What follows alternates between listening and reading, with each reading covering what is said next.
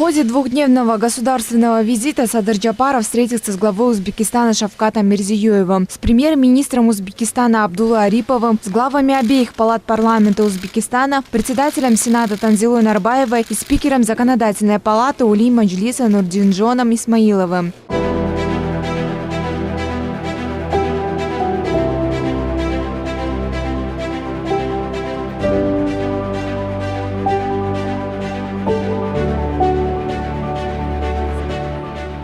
В ходе встречи со своим коллегой Шавкатом Мирзиёевым стороны обсудили давний пограничный вопрос. На данный момент 90% пограничных вопросов с Узбекистаном уже решены. Джапаров подчеркнул необходимость возобновления переговоров и активизации делимитации.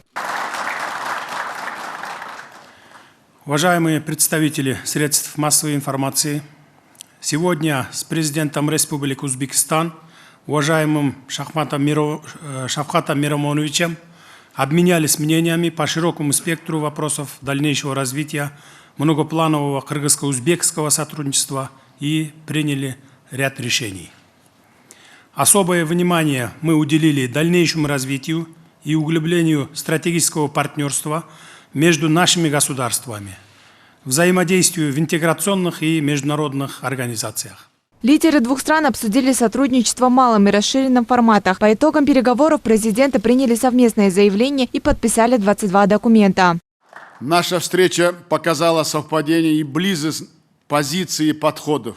Хочу с удовлетворением отметить особую атмосферу переговоров. Они были наполнены духом обоюдной готовности совместно решать стоящие перед нашими странами масштабные задачи на основе взаимного уважения и учетов друг друга. Среди подписанных документов соглашение о Кыргызско-узбекском межправительственном фонде развития, соглашение о совместном сотрудничестве в борьбе с контрабандой, водно-энергетической, оборонной и других сферах. По мнению экономистов, это увеличит товарооборот между двумя странами. В ближайшие годы объем двусторонней торговли достигнет $2 миллиардов.